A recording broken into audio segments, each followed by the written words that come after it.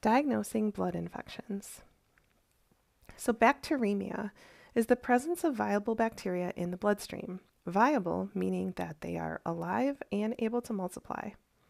May occur as transient, where they're just passing through, self-limiting phenomenon without clinical consequence, or serious infection. It's important in patients who are immunocompromised through drug or chemotherapeutic intervention or as a result of pre-existing disease and subsequent immunosuppression. Often associated with hospitalization, catheters into the blood vessels, and other procedures.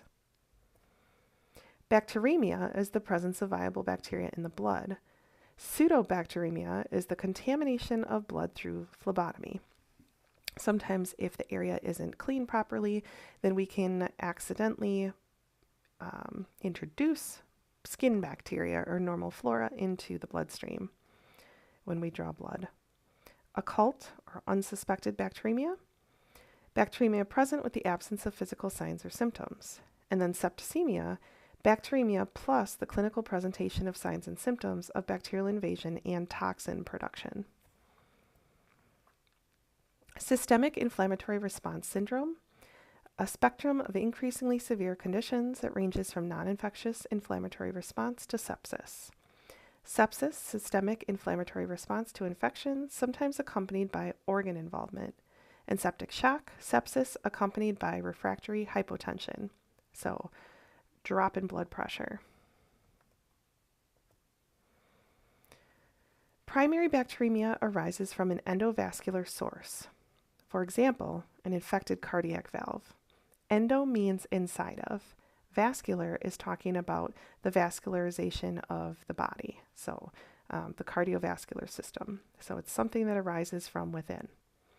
Secondary bacteremia arises from an extravascular source, so outside of the cardiovascular system. For example, lungs in patients with pneumonia. Bacteremia of unknown origin, when we don't know where the bacteremia came from. Common causative agents include gram-positive bacteria like Streptococcus pneumoniae, Staph aureus, Enterococcus species. Gram-negative bacteremia, E. coli, P. aeruginosa, and Bacteroides fragilis. And polymicrobial bacteremia has a mixture of organisms.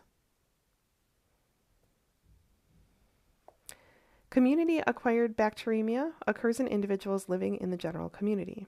Streptococcus pneumoniae is commonly associated with community-acquired bacteremia.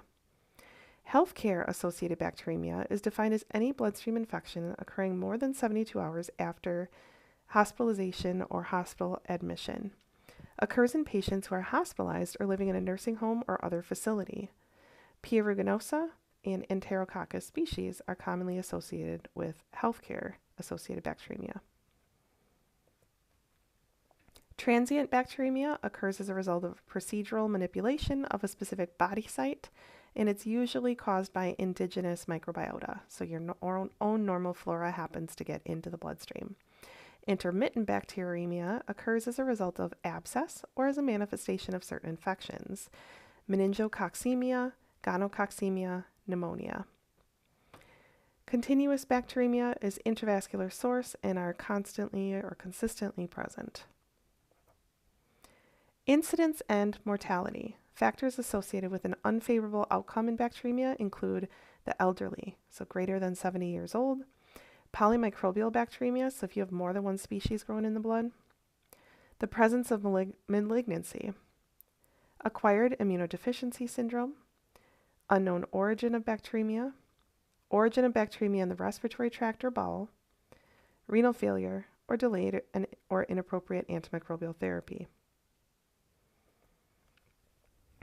Decreased immunocompetency of selected patient populations, increased use of invasive procedures, young or old age of the patient, antimicrobial resistance, diagnostic criteria and coding practices, injection drug use, and nasal colonization, so Staph aureus bacteremia.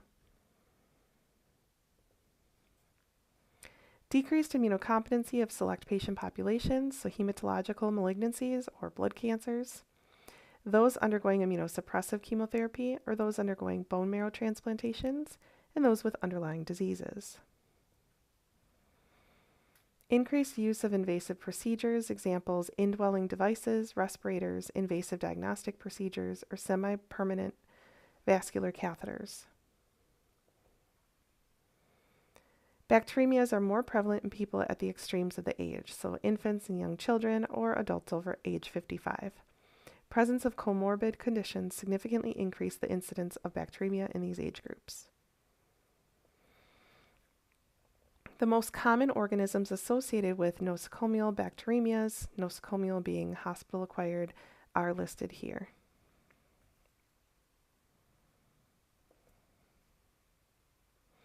Some common antimicrobial resistance organisms to be aware of include MRSA, methicillin-resistant Staph aureus, VRE, or vancomycin-resistant Enterococcus, ESBLs, or extended spectrum beta-lactamases, and CREs, carbapenem-resistant Enterobacterales.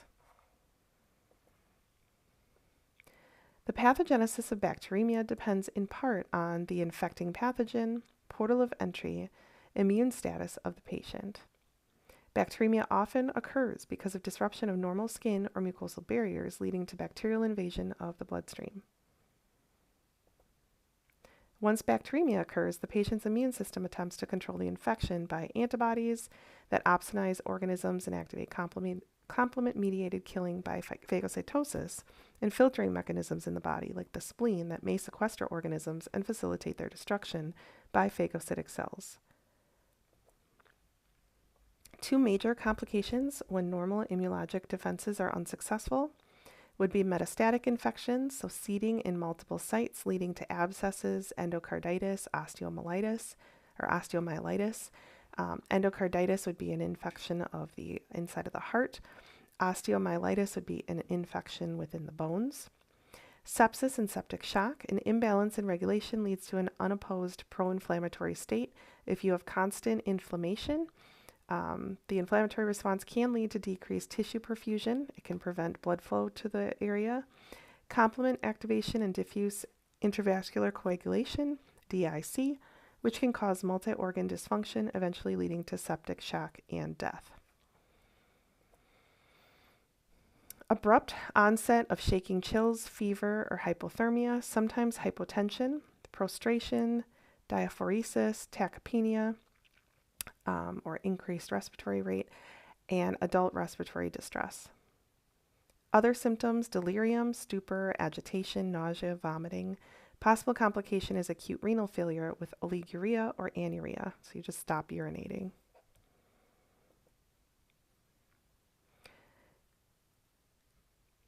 Clinical conditions with altered laboratory values that may be indicative of bacteremia: thrombocytopenia, leukocytosis or leukopenia, lactic acidosis, hypoglycemia or hyperglycemia, abnormal liver function tests, especially hyperbilirubinemia, coagulopathy, DIC, and elevations of C-reactive protein, haptoglobin, and fibrinogen.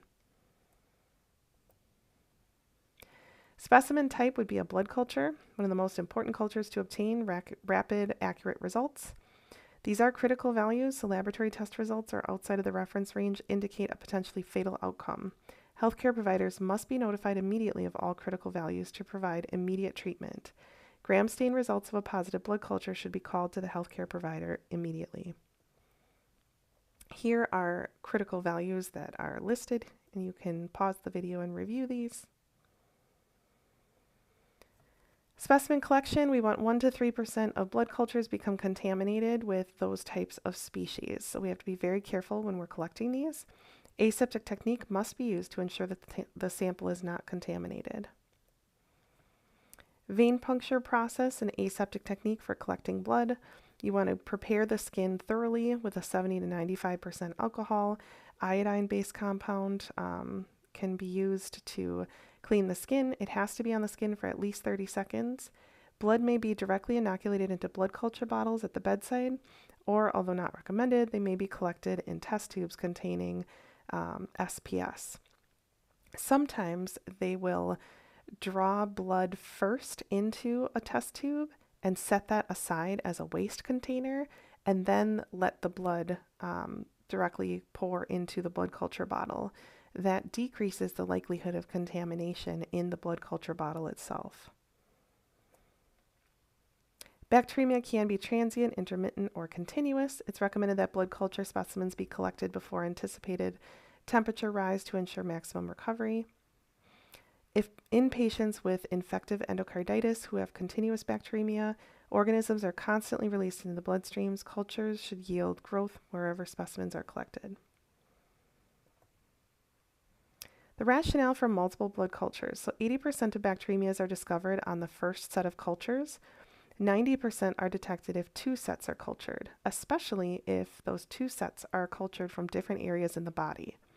Let's say one pops positive, the first set pops positive, and we identify it as a contaminant that's in there.